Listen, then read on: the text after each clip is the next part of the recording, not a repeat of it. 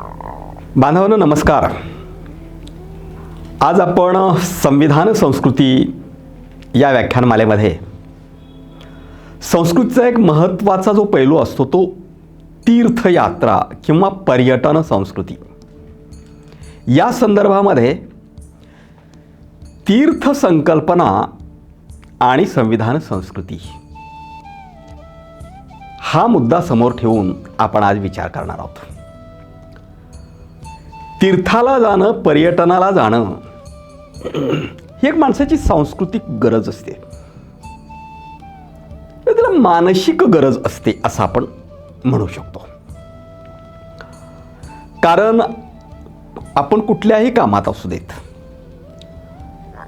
तेच ते रोज नेहमीचं काम करायचं म्हटलं तर माणसाला कधीतरी कंटाळा येतो आणि विरंगुळा म्हणून या रोजच्या रहाटगाडग्यामधून जरा दूरवर कुठंतरी जावं असं माणसाला वाटतच असतं. ही जी माणसाची मानसिक गरज असते ना, या मानसिक गरजेमधूनच मला वाटतं तीर्थ संकल्पनेचा आणि पर्यटन संस्कृतीचा उदय झालेला असावा. आपणाला आता तीर्थ संकल्पना परंपरागत स्वरूपाची काय आहे आणि आपणाला संविधान संस्कृतीची तीर्थ संकल्पना, पर्यटन संस्कृती, संविधान केंद्रीय अशा स्वरूपाची पर्यटन संस्कृती कशा पद्धतीने निर्माण करता येऊ शकते या संदर्भामध्ये आपल्याला विचार करायचा आहे. आणि हा विचार करत असताना आधी आपण परंपरागत पद्धतीनं चालत आलेली जी तीर्थ संस्कृती आहे, जी तीर्थ संकल्पना आहे, त्या तीर्थ संकल्पनेचा आधी आपण विचार करू आणि त्यानंतर मग या संकल्पनेचा विचार करून आपणाला संविधान संस्कृतीची तीर्थ संस्कृती कशा पद्धतीनं विकसित करता येऊ शकते याच्या संदर्भामध्ये आपणाला विचार करायचा आहे. पहिल्यांदा मी परंपरागत पद्धतीची जी तीर्थ संकल्पना आहे या तीर्थ संकल्पनेच्या संदर्भामध्ये संक्षिप्तपणानं ज्याला व्याख्येच्या रूपातील मांडणी म्हणता येईल अशा प्रकारची मांडणी करतो. कशाला तीर्थ म्हणावं, तीर्थयात्रा कशाला म्हणावं, तर व्यक्ती अथवा समूहाच्या प्रभावी अशा प्रकारच्या कर्तृत्वामुळं प्रसिद्धीस आलेले पौराणिक अथवा इतिहास काळामधील विशिष्ट असे स्थान अथवा स्मारक ज्याला एका कल्याणकारितेचं किंवा पावित्र्याचं वलय लाभलेलं असेल, ज्या स्थानाचं दर्शन घेण्यासाठी खूप मोठे लोक मोठ्या प्रमाणात श्रद्धेनं त्या ठिकाणी जातात, ज्या स्थानाच्या दर्शनानं पुण्य प्राप्त होतं असं लोक मानतात, अशा प्रकारच्या स्थानाला अथवा स्मारकाला तीर्थ असं म्हटलं जातं. ही परंपरागत तीर्थाची संकल्पना आहे. ही परंपरागत जी तीर्थ संकल्पना आहे ना, या तीर्थ संकल्पनेमध्ये प्रामुख्यानं पौराणिक गोष्टी, दंतकथांमधल्या गोष्टी सामावलेल्या आपणाला दिसून येतात. आणि यामध्ये मंदिर, मस्जिद, गुरुद्वारा, चर्च यासारख्या गोष्टींचा देखील समावेश आहे. ज्याला महत्त्वपूर्ण अशा प्रकारच्या तीर्थस्थानाचं स्वरूप प्राप्त झालेलं असताना अशा प्रकारच्या तीर्थस्थानांच्या मध्ये बरीच तीर्थस्थानं भव्य, दिव्य, खास अशा स्वरूपाच्या नैसर्गिक पार्श्वभूमीवर असतात. उदाहरणार्थ उंच अशा प्रकारच्या डोंगरावर असतात किंवा एखाद्या फार मोठ्या नदीच्या पार्श्वभूमीवरती असतात. अशा प्रकारचं एक नैसर्गिक वातावरण देखील तीर्थाला लाभलेलं असतं आणि त्यामुळं त्या नैसर्गिक परिसरामध्ये गेल्यामुळे मानवी मनाचा विरंगुळाही होतो, माणसाला प्रसन्नही वाटतं आणि परंपरागत स्वरूपाचा एक श्रद्धाभाव असतो. त्या श्रद्धाभावातून माणसं मोठ्या प्रमाणामध्ये अशा प्रकारच्या तीर्थांमध्ये जात असतात. तीर्थ ही जी संकल्पना आहे ना, ही तीर्थ संकल्पना मनाचा विरंगुळा म्हणून, मानसिक गरज म्हणून उदयाला आली, पण त्याच्या भोवती एक अद्भुततेचं वलय देखील परंपरेनं मोठ्या प्रमाणामध्ये लावलेलं दिसतं. त्याला एक धार्मिक अधिष्ठान लावण्याचा प्रयत्न देखील परंपरेनं केलेला दिसतो. आणि तीर्थ ही एक आध्यात्मिक धार्मिक श्रद्धेची गोष्ट तर झालेली आहेच, परंतु त्याचबरोबर तीर्थस्थानांमध्ये अनेक दुष्प्रवृत्तीही निर्माण झालेल्या आपल्याला दिसून येतात. अनेक प्रकारची तीर्थस्थानं जी असतात ना, ती तीर्थस्थानं बहुतांशी अंधश्रद्धांना प्रतिष्ठा देण्याचं कामही करताना दिसतात.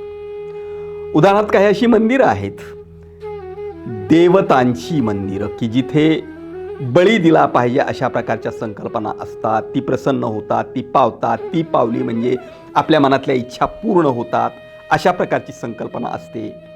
तीर्थस्थानाला गेलं, तीर्थामध्ये स्नान केलं की आपली सारी पापं धुवून जातात, अशा प्रकारच्या संकल्पना असतात. बडा पहाड, तिथे बकऱ्यांचे बळी देणं, वेगवेगळ्या देवी देवतांच्या मंदिरामध्ये बळी देणं, हे जे प्रकार असतात, मग त्यातूनच देवी अंगात येते, देव अंगात येतो, असले प्रकारही मोठ्या प्रमाणामध्ये होतात. आणि अशा प्रकारची ही स्थळं अंधश्रद्धांना प्रतिष्ठा देतात. ही एक या तीर्थस्थानांमधली प्रवृत्ती आपणाला दिसते. आणि दुसरी एक परंपरागत तीर्थस्थानामध्ये जी प्रवृत्ती दिसते, त्या प्रवृत्तीच्या मध्ये तीर्थांचा बाजार बनला, तीर्थयात्रांचा बाजार बनला. आणि मग ऐत खाऊ शोषक लोक तीर्थस्थानामध्ये जमले आणि लोकांच्या श्रद्धेचा फायदा घेऊन अशा प्रकारचे लोक तीर्थाच्या ठिकाणी लोकांची लुबाडणूक करू लागले, असंही चित्र मोठ्या प्रमाणामध्ये तीर्थांमध्ये निर्माण झालेलं दिसतं. बहुतांशी तीर्थांमध्ये अशा प्रकारच्या प्रवृत्ती मोठ्या प्रमाणामध्ये आपणाला दिसून येतात. आणि म्हणून अशा प्रकारच्या तीर्थयात्रा केल्यानं काहीही साध्य होणार नाही, अशा स्वरूपाचा विचार देखील समोर आलेला दिसून येतो.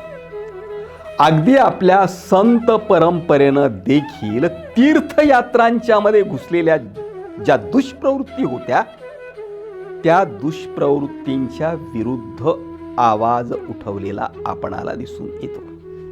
नुसतं तीर्थाला जाऊन काही होणार नाही, हे तीर्थाला गेलेला पुण्य मिळतं, सगळी पापं धुवून जातात, अशा प्रकारची जी मानसिकता तुमची आहे ना, ही मानसिकता साफ चुकीची आहे, असं आपल्या संतांनी स्पष्टपणानं सांगितलेलं आपणाला दिसून येतं. ज्या तुकोबांचा विचार बहुतांशी बुद्धिवादाच्या जवळ जाणारा आहे, त्या संत तुकारामांनी सुद्धा आपल्या अभंगाच्या मधून या तीर्थस्थानातील दुष्प्रवृत्तीमुळंच तीर्थी धोंडा पाणी असं म्हटलंय. तीर्थात काय, दगडन पाणी आहे. तीर्थी धोंडा पाणी देव रोकडा सज्जेनी, अशा प्रकारची भूमिका संत तुकोबांनी एका अभंगामध्ये घेतलेली दिसते. आणि दुसऱ्या एका अभंगामध्ये असं ते म्हणतात, तीर्था जाऊनिया काय तुवा केले, तीर्था जाऊनिया काय तुवा केले, चर्म प्राक्षाळीले वरी वरी.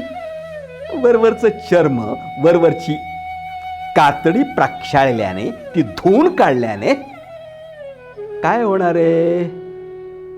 मन धुतलं गेलं पाहिजे, मेंदू धुतला गेला पाहिजे, मन शुद्ध झालं पाहिजे, मन पवित्र असलं पाहिजे, ते महत्वाचं.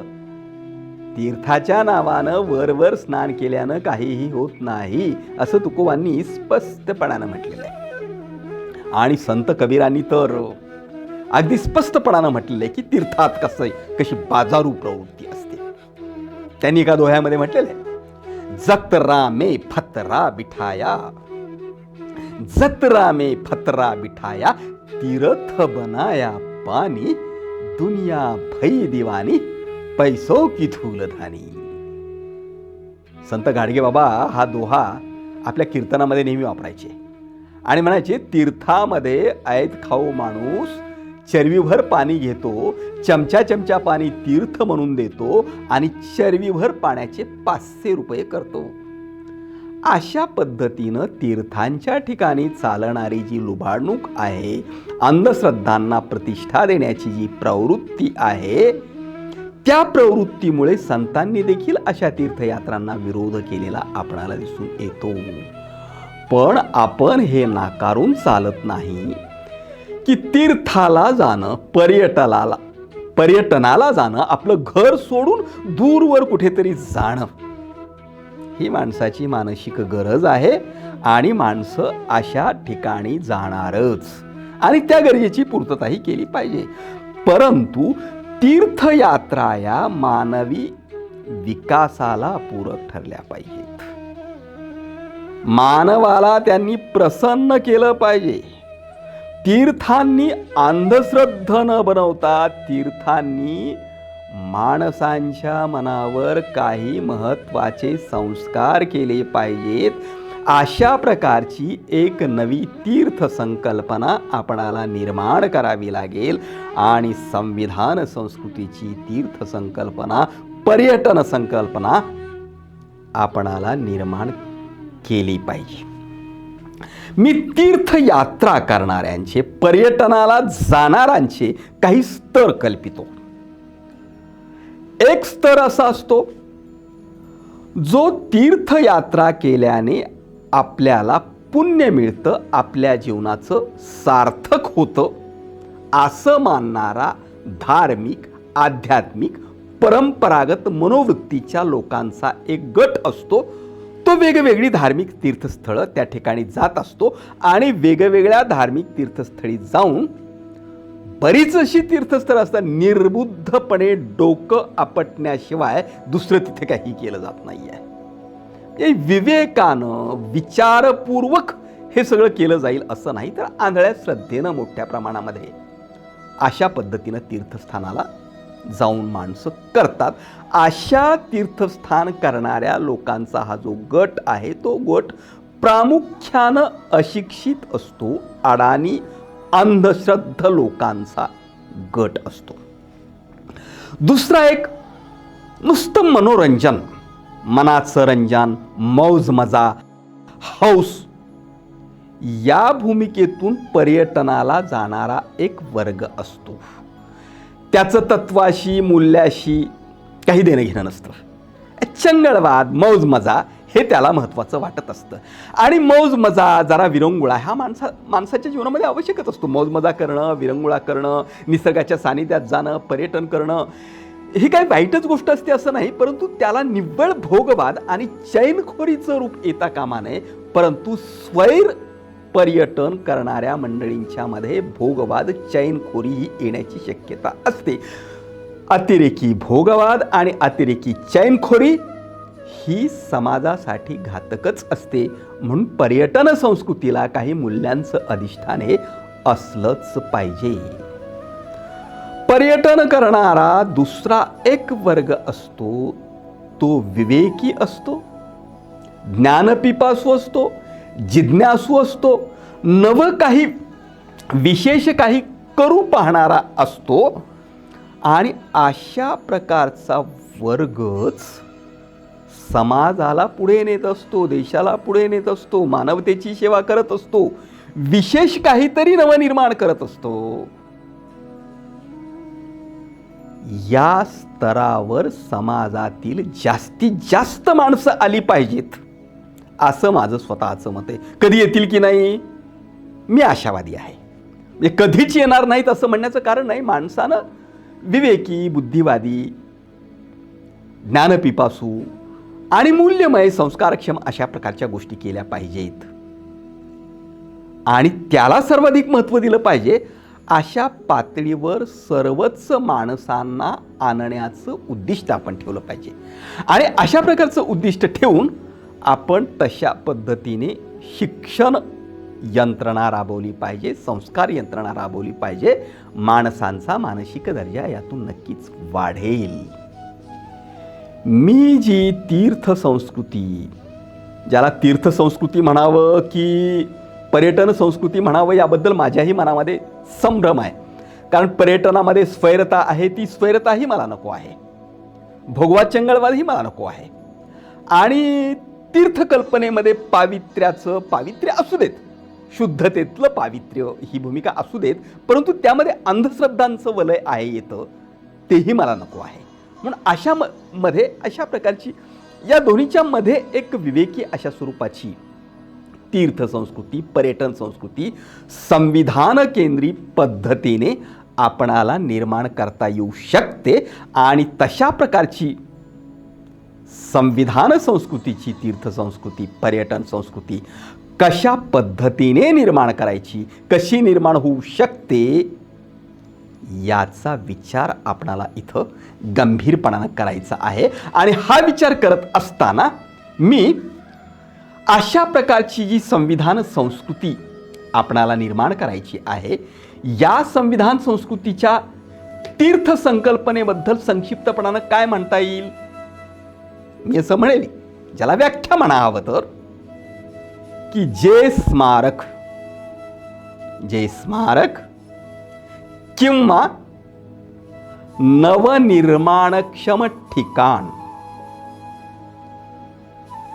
भेट देणाऱ्या व्यक्तीला बेफिकिरीतून अथवा बेजबाबदारपणातून आणि संकुचिततेतून बाहेर काढून राष्ट्रघडणीचं आणि मानव कल्याणाचं कार्य करायला प्रेरित करेल अशा स्मारकाला अथवा ठिकाणाला संविधान संस्कृतीचं तीर्थस्थान किंवा पर्यटन स्थान असं म्हणता येईल, ज्यामध्ये समाजक्रांतिकारक, स्वातंत्र्य योद्धे, वैज्ञानिक यांच्या स्मारकांना महत्त्व दिलेलं असेल. आणि त्याचप्रमाणे संशोधन संस्था, संशोधन प्रकल्प,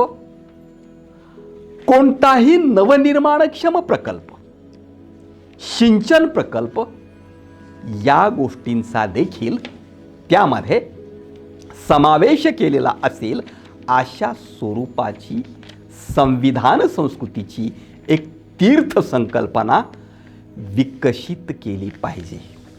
अशा प्रकारची तीर्थसंकल्पना विकसित करण्याची प्रक्रिया सुरू झालेली आहे की नाही, तर त्याचं उत्तर मी देईन की अशा प्रकारची तीर्थसंस्कृती निर्माण करण्याची प्रक्रिया आधुनिक भारतामध्ये नक्कीच निर्माण झालेली आहे.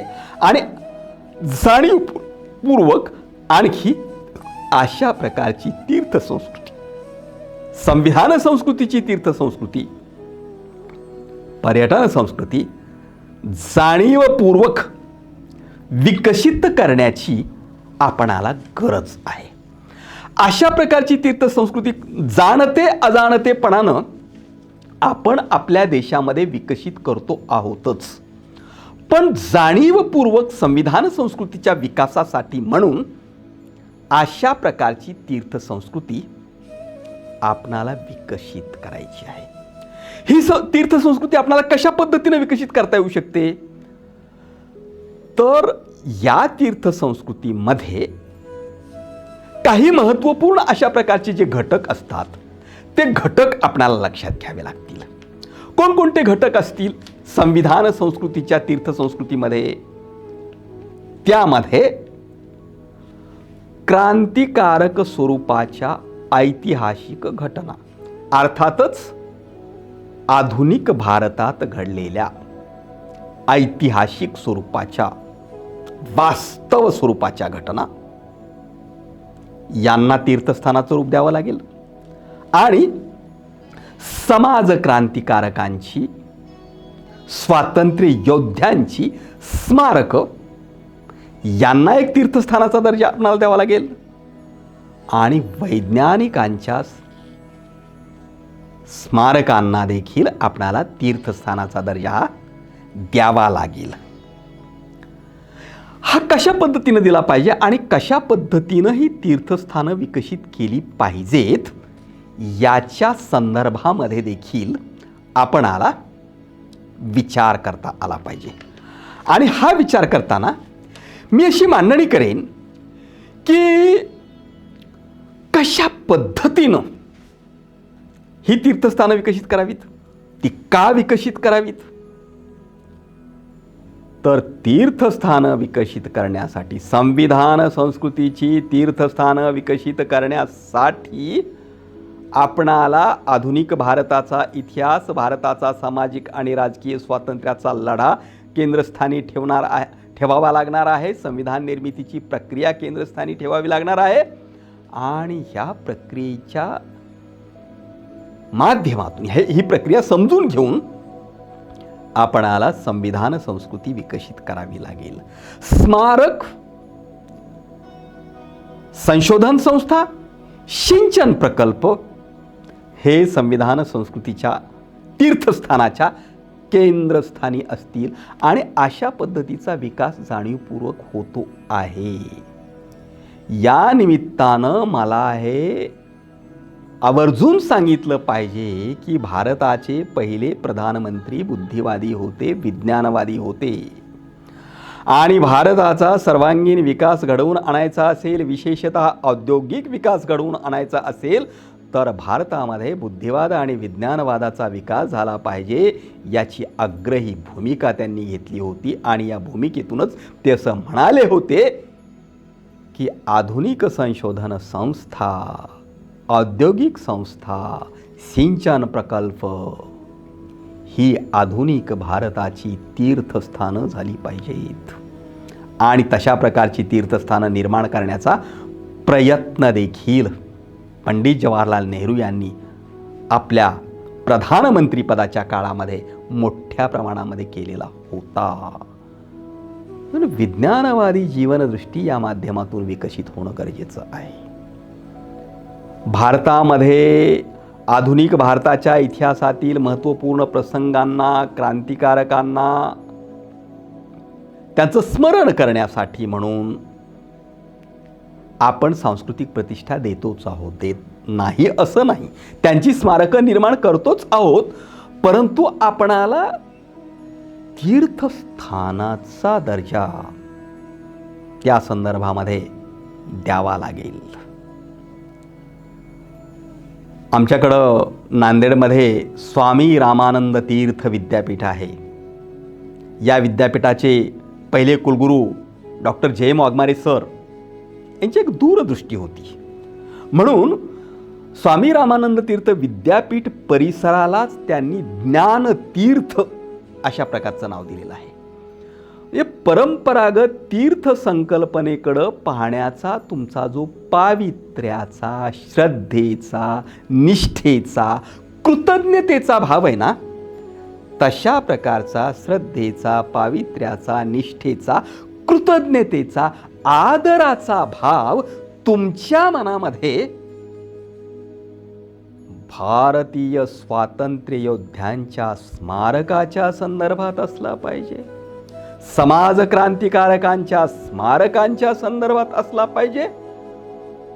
त्याच बरोबर आपल्या मनामध्ये माणसाच्या जीवनामध्ये सुख निर्माण करण्यासाठी, मानवी जीवनातले अनेक प्रश्न सोडवण्यासाठी संशोधन संस्थांनी, वैज्ञानिकांनी जे काम केलेलं आहे त्याबद्दलचा आदरभाव आणि कृतज्ञताभाव देखील आपण बाळगला पाहिजे. हे केल्यानं काय होईल? हे केल्यानं काय होईल तर हे केल्यानं आमची जीवनदृष्टी बदलेल, ती विकसित होईल, ती फुलेल. आम्ही जीवनदृष्टी आमची विकसित झाली तर आम्ही आमच्या राष्ट्रासाठी नवं काहीतरी करण्यासाठी प्रेरित होऊ. म्हणून संविधान संस्कृतीची तीर्थसंकल्पना ही पुण्य मिळवण्यासाठी, अंधश्रद्धांना प्रतिष्ठा देण्यासाठी आणि कुठेतरी निर्बुद्धपणे डोकं आपटण्यासाठी नव्हे, तर संविधान संस्कृतीची तीर्थसंकल्पना आपणाला नव्या प्रेरणा देण्यासाठी विकसित करायची आहे. संविधान संस्कृतीचं तीर्थस्थान हे ऊर्जास्थान असलं पाहिजे, प्रेरणास्थान असलं पाहिजे. अशा संस्कृतीच्या तीर्थस्थानाला जाऊन भेटून आलेली व्यक्ती अंतर्बाह्य बदलली पाहिजे, तिथून प्रेरणा घेऊन आली पाहिजे आणि त्या तीर्थस्थानाकडून विशिष्ट ध्येयवादाची प्रेरणा घेऊन आलेली व्यक्ती पुढील कालखंडातील जीवनामध्ये अंतर्बाह्य बदलून ध्येयवादी पद्धतीनं राष्ट्रकार्याला, मानवतेच्या सेवेच्या कार्याला लागली पाहिजे. अर्थात प्रत्येकच सामान्य माणूस अशा पद्धतीनं करेल असं नाही, परंतु जिथे कुठे काम करतो ते राष्ट्रासाठी करायचंय, मानवतेच्या सेवेसाठी करायचंय, निव्वळ स्वार्थासाठी नव्हे, अशा प्रकारचा भाव सामान्य माणसाच्या मनामध्ये सुद्धा तीर्थस्थानी जाऊन आल्यानंतर निर्माण झाला पाहिजे. आणि ज्याच्याकडे विशेष गुणवत्ता आहे त्यानं तर ध्येयवादी पद्धतीनं राष्ट्रकार्याला, समाजकार्याला, मानवतेच्या उद्धाराच्या कार्याला स्वतःला वाहून घेण्याची प्रेरणा तिथून घेऊन आलं पाहिजे. अशा पद्धतीची संविधान संस्कृतीची तीर्थसंकल्पना आपणाला निर्माण करायची आहे, जाणीवपूर्वक विकसित करायची आहे. मग संविधान संस्कृतीची तीर्थस्थानं कशी असली पाहिजेत? स्मारकाच्या रूपातली तीर्थस्थानं भव्य दिव्य असली पाहिजेत, आकर्षक असली पाहिजेत आणि ज्या कुणा क्रांतिकारकाचं, समाज क्रांतिकारकाचं किंवा स्वातंत्र्य योद्ध्याचं स्मारक ते आहे, त्यानं जो आपल्या जीवनामध्ये ध्येयवाद बाळगलेला असेल तो ध्येयवाद त्या स्मारकामध्ये जिवंतपणानं उभा केला पाहिजे आणि जिवंतपणानं तो ध्येयवाद उभा करून त्या तीर्थस्थानानं तिथं येणाऱ्याला प्रेरणा दिली पाहिजे. यासाठी काय काय करणं आवश्यक आहे?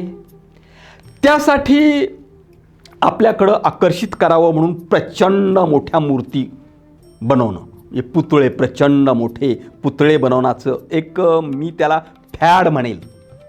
हे जसं आपल्याकडे सरदार वल्लभभाई पटेलांचा प्रचंड उंच अशा प्रकारचा पुतळा गुजरातमध्ये तयार केला गेला. मला वाटतं की प्रचंड उंच, अति उंचीचा नुसता पुतळाच उभा केला म्हणजे ते स्मारक तुम्ही उत्तम रीतीनं निर्माण केलं असं नव्हे. पुतळ्याच्या उंचीवरून त्या स्मारकाचं, त्या प्रेरणास्थानाचं मोठेपण निश्चित करू नये, तर ते प्रेरणास्थान किती जिवंत आहे, किती ऊर्जा देणारं आहे, किती नवनिर्माणक्षम आहे, या पद्धतीनं त्याच्याकडं पाहिलं पाहिजे. नुसतीच उंच मूर्ती आता मुंबईमध्ये होणार आहे असं म्हटलं सरकारनं, चैत्यभूमीला बाबासाहेब आंबेडकरांचं स्मारक, तिथंही इतक्या उंचीची बाबासाहेबांची मूर्ती करायची. मूर्तीच्या उंचीवरून त्या विभूतीची उंची नसते निश्चित होत, याचं भान आपण बाळगलं पाहिजे. ज्या राष्ट्रनेत्याचं स्मारक तुम्ही करता ते स्मारक त्या राष्ट्रनेत्यानं आपलं नवं राष्ट्र घडवण्याच्या संदर्भामध्ये जो ध्येयवाद बाळगलेला असेल तो ध्येयवाद साध्य होण्याची प्रक्रिया त्या स्मारकातून म्हणजे त्या तीर्थस्थानातून व्यवस्थितपणानं झाली पाहिजे. यासाठी त्या विभूतीच्या जीवनातील महत्त्वपूर्ण प्रसंग जिवंत अशा शिल्पातून लोकांना शांतपणानं बघता येतील अशा पद्धतीनं शिल्पबद्ध करून महत्त्वाचे प्रसंग ठेवले पाहिजेत. त्या प्रसंगाबद्दलचे संदेश काही तिथं नोंदवले पाहिजेत आणि प्रभावीपणानं संक्षिप्त रीतीनं त्या विभूतीचं चरित्र तिथं येणाऱ्या माणसाच्या मनावर बिंबवलं गेलं पाहिजे. असं झालं तर ते ऊर्जास्थल होईल. प्रेरणास्थळ होईल आणि प्रत्येकच अशा प्रकारचं संविधान संस्कृतीचं तीर्थस्थान हे माणसाला व्यापक, सर्वसमावेशक, ध्येयवादी बनवणारं असलं पाहिजे. राष्ट्रघडणीचे, मानवतेच्या सेवेचे संदेश देणारं असलं पाहिजे. संकुचित बनवणारं, कुणाच्याही बद्दलचा द्वेषमत्सर करायला शिकवणारं स्मारक असता कामा नये आणि अशा प्रकारचं स्मारक संविधान संस्कृतीचं तीर्थस्थान असू शकणार नाही, हे देखील आपण या निमित्तानं लक्षात घेतलं पाहिजे. असं तीर्थस्थान बनवण्याच्या संदर्भामध्ये तिथे त्या ध्येयवादासाठीची शिक्षण प्रक्रिया अखंडितपणानं चालली पाहिजे. तिथं ग्रंथालय असलं पाहिजे, ग्रंथ प्रदर्शन असलं पाहिजे, शिक्षण प्रशिक्षण प्रक्रिया सुद्धा त्या ध्येयवादाला साध्य करण्याची अशा तीर्थस्थानी चालू ठेवली पाहिजे. दृक्श्राव्य माध्यमाच्या द्वारे देखील तिथं त्या ध्येयवादाचं दर्शन घडवलं गेलं पाहिजे आणि तिथं येणारा प्रत्येक व्यक्ती पूर्णपणानं बदलून, व्यापक होऊन, ध्येयवादी होऊन आपल्या जीवनामध्ये वाटचाल करायला प्रवृत्त झाला पाहिजे. अशा पद्धतीनं आपणाला ही तीर्थ संस्कृती विकसित करावी लागेल. अशा प्रकारची ही जी तीर्थ संस्कृती विकसित करायची असं आपण म्हणतो आहोत, ही तीर्थ संस्कृती विकसित करण्यासाठी कोणकोणत्या स्थानांना आपणाला महत्त्व द्यावं लागेल, या संदर्भामध्ये अनेक स्थानं समोर येतील. अनेक प्रकारची अशा स्वरूपाची संविधान संस्कृतीची तीर्थस्थानं आपणाला विकसित करता येतील.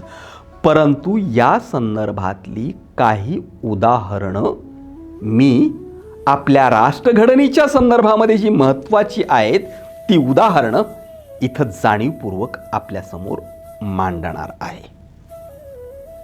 जो भव्य दिव्य अशा प्रकारचा वारसा आहे आपल्या भारताचा. मी असं नमूद करेन की महाराष्ट्रीयन माणसांच्यासाठी अत्यंत आदरणीय असलेले छत्रपती शिवाजी महाराज यांची रायगडावरची राजधानी, हा रायगड हा आपलं तीर्थस्थान असला पाहिजे. आणि रायगडावरती छत्रपती शिवाजी महाराजांनी अन्यायी राजवटीविरुद्ध जो लढा दिलेला होता तो जिवंतपणानं उभा करण्याची गरज आहे. आणि तिथून सर्वसमावेशक पद्धतीनं जीवन जगण्याची, अन्यायाविरुद्ध लढण्याची प्रेरणा घेऊन माणूस आला पाहिजे. अशा पद्धतीनं ते पर्यटन स्थळ आपण बनवलेलंच आहे, पण ते तीर्थस्थळ झालं पाहिजे, ते प्रेरणास्थळ झालं पाहिजे, ते ऊर्जास्थळ झालं पाहिजे. अशा प्रकारची ऊर्जास्थळं निर्माण करण्याचे प्रयत्न अनेक जण मोठ्या प्रमाणामध्ये करत आहेत. आणखी मी सांगेन, आणखी अनेक गोष्टी सांगता येऊ शकतात, अनेक स्मारकं सांगता येऊ शकतात की जी संविधान संस्कृतीला बळकट करणारी तीर्थस्थानं आहेत. अशी आपणाला अनेक मांडता येऊ शकतात, परंतु काही उदाहरणं मी आपल्यासमोर ठेवणार आहे. पुण्यामधील गंजपेठेतला महात्मा ज्योतिराव फुल्यांचा वाडा हे संविधान संस्कृतीचं तीर्थस्थान झालं पाहिजे, ऊर्जा स्रोत झालं पाहिजे. कारण आधुनिक काळातील समाज क्रांतीचं रणशिंग महात्मा फुल्यांनी गंजपेठेतल्या त्या वाड्यामधून फुंकलेलं होतं. ते समतावादाचं ऊर्जास्थान झालं पाहिजे. गंजपेठेतला महात्मा ज्योतिराव फुले यांचा जो वाडा आहे त्या वाड्यामध्ये अस्पृश्यांच्यासाठी महात्मा फुल्यांनी खुली केलेली विहीर आजही आहे आणि आज देखील त्या विहिरीला नितळ अशा प्रकारचं पाणी आहे. या वाड्याला आपण तीर्थस्थानाचं महत्त्व दिलं पाहिजे. ते पर्यटन स्थळ तर बनवलेलं आहेच आहे, ते राष्ट्रीय स्मारक तर बनवलेलं आहेच आहे. ही जी राष्ट्रीय स्मारक आहेत ना अशा प्रकारची, ही आमची श्रद्धेय प्रेरणादायी तीर्थस्थानं झाली पाहिजेत. याच प्रमाणे मी असंही म्हणेन, महाडचं चवदार तळं देखील तमाम भारतीयांचं ऊर्जा स्रोत झालं पाहिजे. का? अमानुष पद्धतीची अस्पृश्यतेची चाल आपल्या देशामध्ये जी होती, माणसाला निसर्गातलं पाणी पिण्याचा अधिकार नाकारणारी जी मनुज वैरी प्रवृत्ती होती, जी संपूर्ण भारतीय संस्कृतीलाच कलंक लावणारी होती, तिच्या विरुद्धच्या बंडखोरीचं ठिकाण म्हणजे महाडचं चवदार तळं आहे. ते तमाम समतावादी माणसांनी, आणि प्रत्येकानं समतावादाचा पुरस्कार केलाच पाहिजे. विषमता ही कुठल्याही स्वरूपाची असली तरी घातकच असते. विषमतेचा कुणीही पुरस्कार करता कामा नये. जिथे कुठे विषमता येईल तिथे दुःख असेल, तिथे अन्याय असेल, तिथे शोषण असेल. म्हणून समतावाद हे समग्र भारतीयांचंच मूल्य झालं पाहिजे. आणि समतावादाचं रणशिंग फुंकणारं महाडचं चवदार तळं संविधान संस्कृतीचं तीर्थस्थान झालं पाहिजे, ऊर्जा स्तोत्र झालं पाहिजे, आणि त्याला सर्वांनीच भेटलं पाहिजे. या स्थानाबद्दल त्र्यंबक सपकाळे नावाच्या एका कवीने एक सुंदर अशा प्रकारची कविता लिहिली आहे. महाडच्या चवदार तळ्याचं पाणी गावकुसाबाहेरील कोठारात पडलं. महाडच्या चवदार तळ्याचं पाणी गावकुसाबाहेरील कोठारात पडलं आणि सुरुंगाचा स्फोट झाला. शिडी नसलेली 4 मजली उन्मत्त गढी ढासळू लागली. अजूनही सुरुंगाचा स्फोट होतच आहे. या उन्मत्त गडीची वीट अन वीट उद्ध्वस्त होईपर्यंत सुरुंगाचा स्फोट होत राहणार, सुरुंगाचा स्फोट होतच राहणार. चवदार तळ्याच्या पाण्यानं समतावादाच्या प्रेरणा दिलेल्या आहेत. विषमतेची किलमिश नष्ट करण्याच्या प्रेरणा दिलेल्या आहेत. म्हणून ते तमाम भारतीयांचं महत्त्वपूर्ण अशा प्रकारचं संविधान संस्कृतीतलं तीर्थस्थान झालं पाहिजे. या भूमिकेतून आपण त्याचा विकास केला पाहिजे. हे पर्यटन स्थळ झालेलं आहे, राष्ट्रीय स्मारक झालेलं आहे. तिथे शिल्पबद्ध पद्धतीनं बाबासाहेब आंबेडकरांनी कशा पद्धतीनं पाण्याला स्पर्श केला होता हे सगळं दाखवलेलं आहे. परंतु माझं मत असं आहे की ते पुरेसं नाही. त्याला आणखी फार मोठी भव्यता, दिव्यता प्राप्त झाली पाहिजे. आणि त्यासाठी म्हणून शासनानं यावर पैसा खर्च केला पाहिजे आणि त्याला भव्य दिव्य रूप दिलं पाहिजे. चैत्यभूमीवरती बाबासाहेबांचं स्मारक विकसित करायचं हे चाललेलं आहे आणि तेही मोठ्या प्रमाणामध्ये विकसित झालं पाहिजे. ऊर्जा स्रोत झाला पाहिजे. नवराष्ट्र घडणीचं एक ऊर्जा स्रोत मोठ्या प्रमाणामध्ये झालं पाहिजे. याचं विस्तारानं मांडणी करता येईल, ती विस्तारानं तेवढ्या मी करत नाही आहे. लाल किल्ला आहे आणि दिल्लीमधला राजघाट आहे. या प्रत्येकच ठिकाणी आणि महत्त्वाच्या राष्ट्रीय नेत्यांची स्मारकं आहेत. मग पंडित नेहरूंचं स्मारक असेल, इंदिरा गांधीचं स्मारक असेल आणि त्यांच्या महत्त्वाच्या वस्तू तिथं ठेवलेल्या असतील, त्यांच्या जीवनातले महत्त्वाचे प्रसंग तिथे ठेवलेले आहेत. ही आपणाला तीर्थस्थानं बनवायची आहेत. हे आपण नीटपणानं लक्षात घेतलं पाहिजे. पुण्यामध्येच महात्मा गांधीच्या संदर्भातलं एक तीर्थस्थान आहे, आगा खान पॅलेस. 1942 ते 1944 या कालखंडामध्येच चले जाव आंदोलन झालं होतं आणि या कालखंडामध्ये आगा खान पॅलेसमध्ये गांधीजींना, कस्तुरबांना आणि महादेवभाई देसाई हे स्वीय सचिव गांधीजींचे, यांना तिथं नजरकैदेमध्ये इंग्रज सरकारनं ठेवलेलं होतं. आणि तिथेच 42ला आणि 44ला महादेवभाई देसाई आणि कस्तुरबा यांचं निधन झालं होतं. तिथं त्यांच्या समाध्या आहेत बांधलेल्या.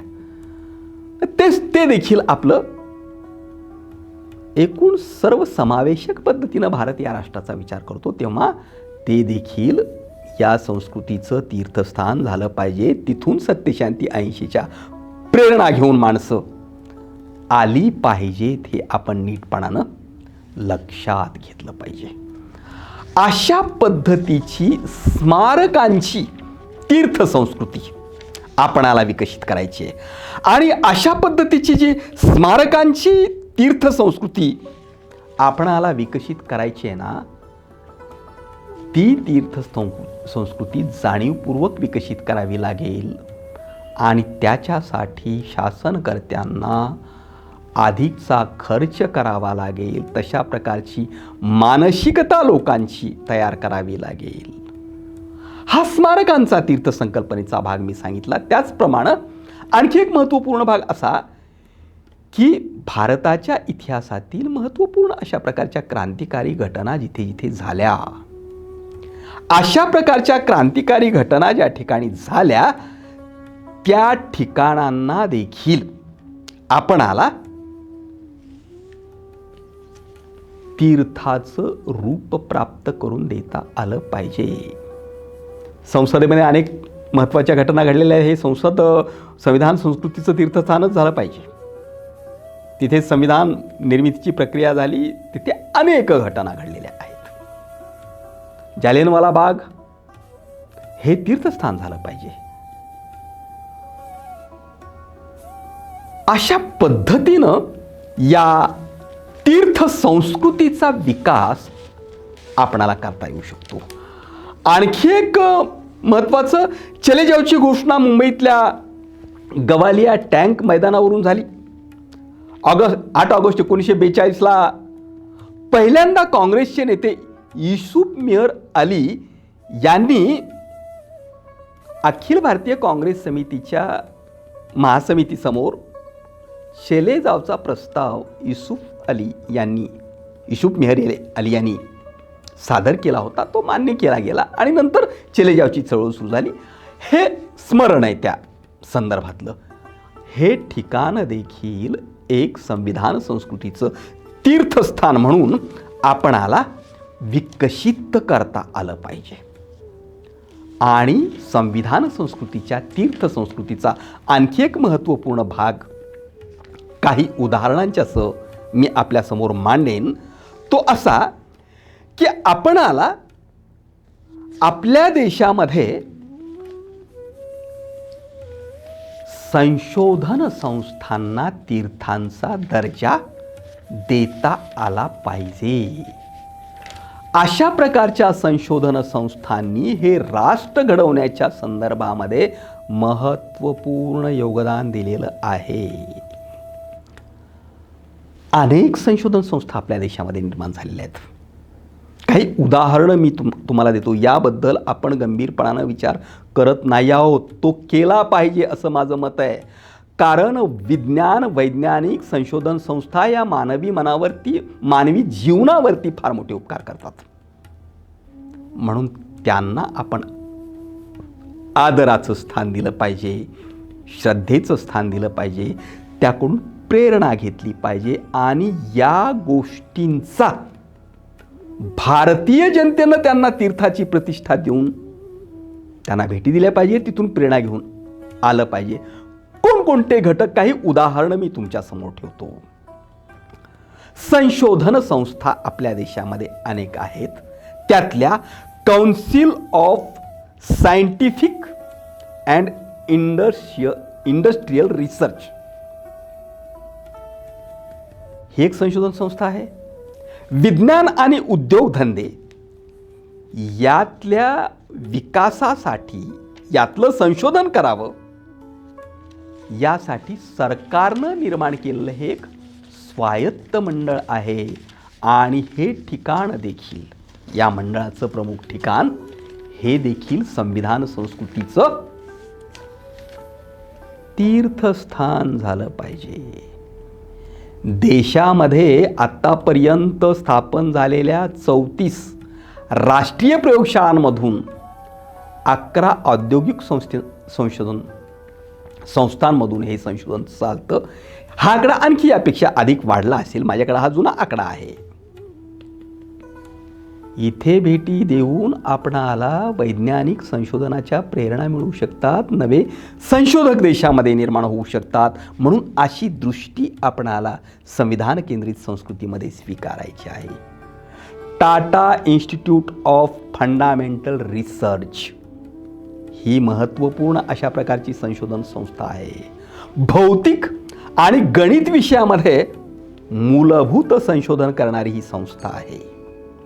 होमी जहांगीर भाभा यांच्या कल्पनेमधून सर दोराबजी टाटा ट्रस्टच्या विश्वस्तांनी शासनाच्या मदतीनं 1945ला ही संस्था स्थापन केलेली आहे. या संस्थेच्या माध्यमातून प्रचंड मोठं संशोधन झालेलं आहे. राष्ट्र उभारणीसाठी त्यानं फार मोठी मदत केलेली आहे. हे आमचं तीर्थस्थान झालं पाहिजे. भाभा अणुसंशोधन केंद्र, ऊर्जेची गरज भागवण्यासाठी हे अणुसंशोधन केंद्र निर्माण झालं. भारतामधली अणुऊर्जा संशोधनाची ही महत्त्वपूर्ण अशा प्रकारची संस्था आहे. अणुऊर्जा संशोधनाचे भारतातले आद्य प्रणेते होमी जहांगीर भाभा यांच्या नावानं ही संस्था चालते. भारताला जी दीर्घ मुदतीची विजेची गरज आहे ती गरज भागवण्यासाठी 1948 मध्ये भारतीय अणुऊर्जा आयोगाची निर्मिती झाली होती आणि 1954ला स्वतंत्र अणुऊर्जा खातं भारतानं निर्माण केलं होतं.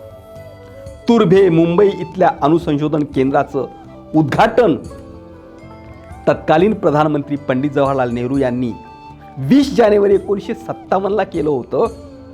आणि होमी भाभा यांच्या स्मारकाच्या निमित्तानं त्यांचा आदर, त्यांचा गौरव म्हणून 1967ला भाभा अणुसंशोधन केंद्र अशा प्रकारचं त्याचं नामकरण केलं होतं. या गोष्टी आपल्या जीवनामध्ये अत्यंत महत्त्वाच्या आहेत. त्यांना आपण तीर्थस्थानाचा दर्जा दिला पाहिजे, तिथून प्रेरणा घेऊन आलं पाहिजे. इतरही मी गोष्टी धावत्या पद्धतीनं सांगतो. राष्ट्रीय प्रयोगशाळा आपल्याकडं आहे, ती सुद्धा तीर्थस्थान झाली पाहिजे. आणि दुसरा भाग सिंचन प्रकल्पाकडं तर आपण जातोच, कारण पाणी असतं, जिथं पाणी असतं, अथांग पाणी असतं, तिथं माणसाच्या मनाला आनंद मिळतो. परंतु त्या सिंचन प्रकल्पाच्या ठिकाणी विद्युत निर्मिती केंद्र देखील असतात. केवळ आनंद नव्हे तर काही प्रेरणा घेऊन अशा ठिकाणी गेलं पाहिजे.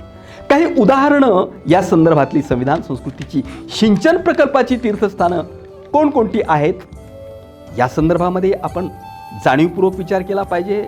भारतामध्ये 4000 पेक्षा अधिक लहान मोठे सिंचन प्रकल्प स्वातंत्र्योत्तर काळामध्ये विशेषतः आपण उभे केलेले आहेत. त्यामध्ये सर्वात मोठे कोणते? टिहरी धरण हे उत्तराखंडमध्ये आहे. भगीरथी नदीवर बांधलेलं आहे आणि भारतातलं ते सर्वात उंच धरण आहे. जगामध्ये धरणाच्या उंचीमध्ये त्याचा 8वा क्रमांक लागतो.